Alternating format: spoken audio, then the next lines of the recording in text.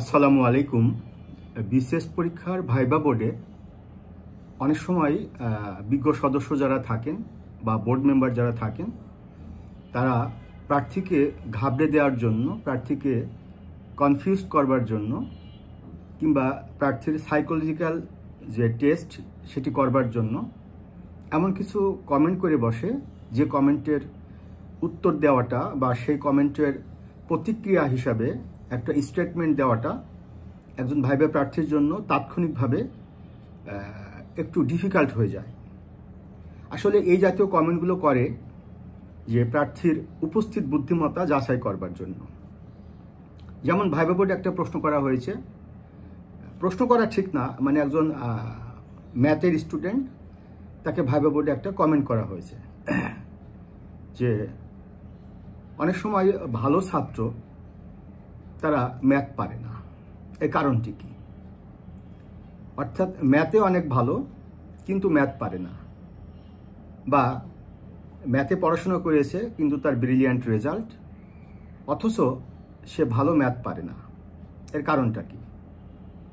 এখন ম্যাথে ভালো বা ম্যাথে তার ভালো রেজাল্ট বা সে ব্রিলিয়ান্ট স্টুডেন্ট ম্যাথ পারে না, তো তার আবার কি কারণ হতে পারে? এটা তো আসলে কোনো কারণ তো খুঁজে বের করার মতো কোনো যৌক্তিক কারণ তো আসলে একজন ভাইবা প্রার্থীর প্রতি ভাইবা প্রার্থীকে দ্বিধান্বিত করে সেই সময়ের জন্য।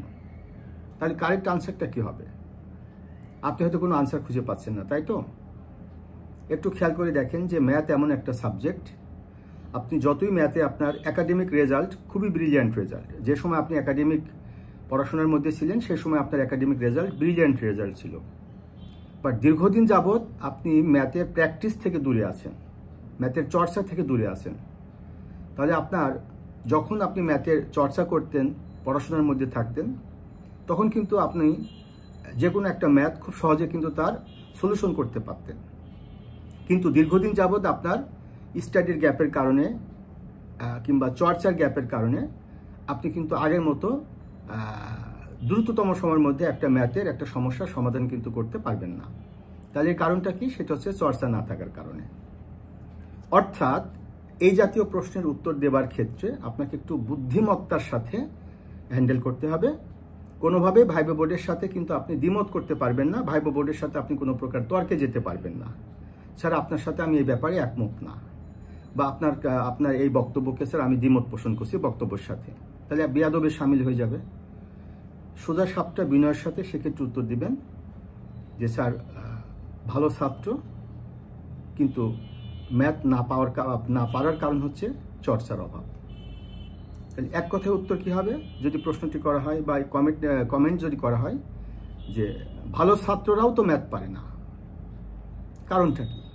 সেক্ষেত্রে স্যার চর্চার অভাব, অর্থাৎ চর্চা না থাকলে স্যার ভালো ছাত্র হলেও সে ম্যাথ ভুলে যায় কিংবা সে ম্যাথ পারে না।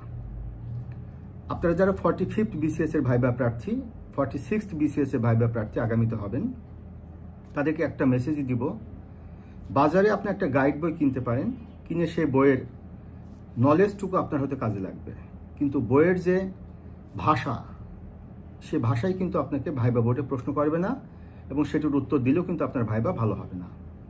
ভাইবা বোর্ড থেকে যে কোনো প্রশ্ন করার সময় অনেক সময় বলে দেয় যে আপনি কোনো গাইড বইয়ের কথা বলবেন না, আপনার নিজের মনে যেটা আসে সেটি বলবেন।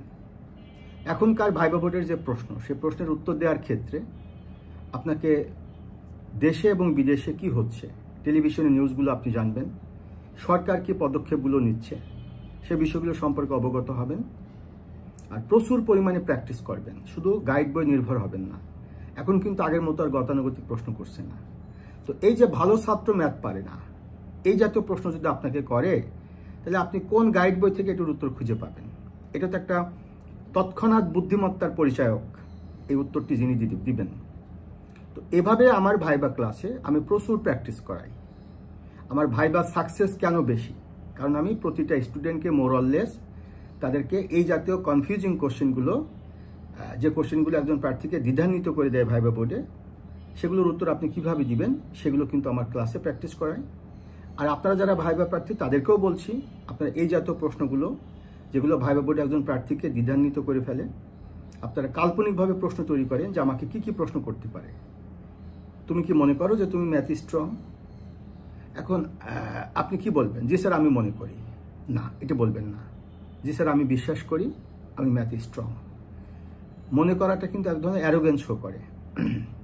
আপনাকে একটা ম্যাথ করতে দেওয়া হলো ভাইবা বোর্ডে, আপনি ম্যাথের স্টুডেন্ট, আপনি পারলেন না, বোর্ড একটা কমেন্ট করে বসলো, আপনি কি পড়াশোনা করেছেন ম্যাথে? আপনি তো কিছুই পাচ্ছেন না। আপনি একটা উত্তরই দিবেন, সরি স্যার, আর কোনো যুক্তি দেখাবেন না।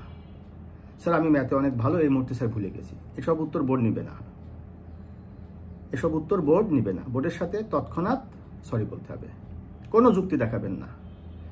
অর্থাৎ বোর্ড চাচ্ছে আপনি বোর্ডের কাছে পরাজিত হন, সারেন্ডার করেন, তাদের প্রতি অনুগত হয়ে স্বীকার করেন। তো এই যে এটিকেট ম্যানারগুলো, ভাইবা বোর্ডে সবাই পাশ করতে পারে না। অনেক ব্রিলিয়ান্ট রেজাল্ট আছে। আমার অনেক স্টুডেন্ট আছে যারা ঢাকা ইউনিভার্সিটি থেকে, আইবিএ থেকে পড়াশোনা করেছে, বুয়েট থেকে পড়াশোনা করেছে, অনেকেই ভাইবা পাশ করেনি। আবার অনেক ন্যাশনাল ইউনিভার্সিটি পড়াশোনা করে কিন্তু অনেকে ক্যাডার হয়েছে। ভাইবা বোর্ডে একজন প্রার্থীর কি দেখে? তার যদি নলেজ দেখতো তাহলে প্রি লিখিত পরীক্ষা কেন নেওয়া হতো? এখানে ভাইবা বোর্ডে একজন প্রার্থীর সার্বিক বিষয়টা দেখে, সে চাকরিটি পাওয়ার জন্য কতটা যোগ্য, চাকরিটি করবার জন্য সে কতটা যোগ্য, তার এডুকেট ম্যানার, আদব কায়দা, এগুলো কিন্তু আমার ভাইবা ক্লাসে প্রচুর প্র্যাকটিস করায়। এগুলোই কিন্তু ভাইবার প্রস্তুতি। আপনারা যারা ভাইবা প্রার্থী তারা নিজেরা প্র্যাকটিস করেন এই বিষয়গুলো। কোন জায়গায় কোন শব্দটি বলতে হবে, কোথায় আমি মনে করি স্যার, কোথায় আমি বিশ্বাস করি স্যার। আপনি কি সত্যি মনে করেন এই চাকরিটির জন্য আপনি যোগ্য? জি স্যার আমি বিশ্বাস করি আমি এই চাকরিটির জন্য যোগ্য। আমি মনে করি এই কথাটা বলবেন না। এরকম অনেক বিষয় আছে যে বিষয়গুলো ভাইবা বোর্ডে একজন প্রার্থীকে সর্বোচ্চ নম্বর দিতে বোর্ড কৃপণতা করে না। যদি বোর্ডের প্রতি একজন প্রার্থী আনুগত্য দেখায়, সারেন্ডার করে এবং বোর্ডের কাছে কোনো উত্তর যদি যৌক্তিকভাবে সে উপস্থাপন করে। বর্তমানে 45তম বিসিএসের আমার নতুন 3টা ব্যাচে ভর্তি চলছে। 45 নম্বর, 46 নম্বর, 47 নম্বর ব্যাচে অলমোস্ট 120 জন স্টুডেন্ট ভর্তি হয়ে গেছে। আমার ক্লাসগুলো খুবই ইন্টারেক্টিভ ক্লাস।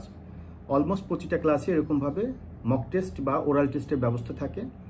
এরকম ডিফিকাল্ট বা ক্রিটিক্যাল টাইপের প্রশ্নগুলো আমি কিন্তু ক্লাসে তাদেরকে প্র্যাকটিস করাই। তো যারা আমার সাথে যুক্ত হতে চান, আমার ইউটিউব চ্যানেল আছে মিলনস বিসিএস কেয়ার, আমার Facebook page Milon's BCS care, এখানে আপনারা কন্ট্যাক্ট করতে পারবেন। আর সর্বশেষ একটা বক্তব্য, ভাইবা আপনার চাকরির, বিশেষ করে বিসিএস এর চাকরির সর্বশেষ ধাপ। ফেল করলে সব চলে যাবে, অন্তত আপনাকে আগে পাশ করতে হবে, তারপরে লিখিত নম্বরটি যোগ হবে যদি আপনি পাশ করেন। আর যদি ভাইবা বোর্ড আপনাকে ফেল করিয়ে দেয় আনফর্চুনেটলি বা আনলাকিলি, ভাইবা বোর্ডে ফেল করানোর অনেক কারণ রয়েছে। অনেক ছেলে মেয়ে এগুলো বোঝে না যে আমাকে উল্টাপাল্টা প্রশ্ন করছে ভাইবা বোর্ডে, আমি উত্তর দেবো কিভাবে? উল্টাপাল্টা প্রশ্ন করছে আপনাকে, কি ভাইবা বোর্ডে তার উত্তর নেওয়ার জন্য আপনাকে প্রশ্ন করছে? আপনি কিভাবে ভাবলেন যে সেগুলোর উত্তর আপনাকে দিতে হবে?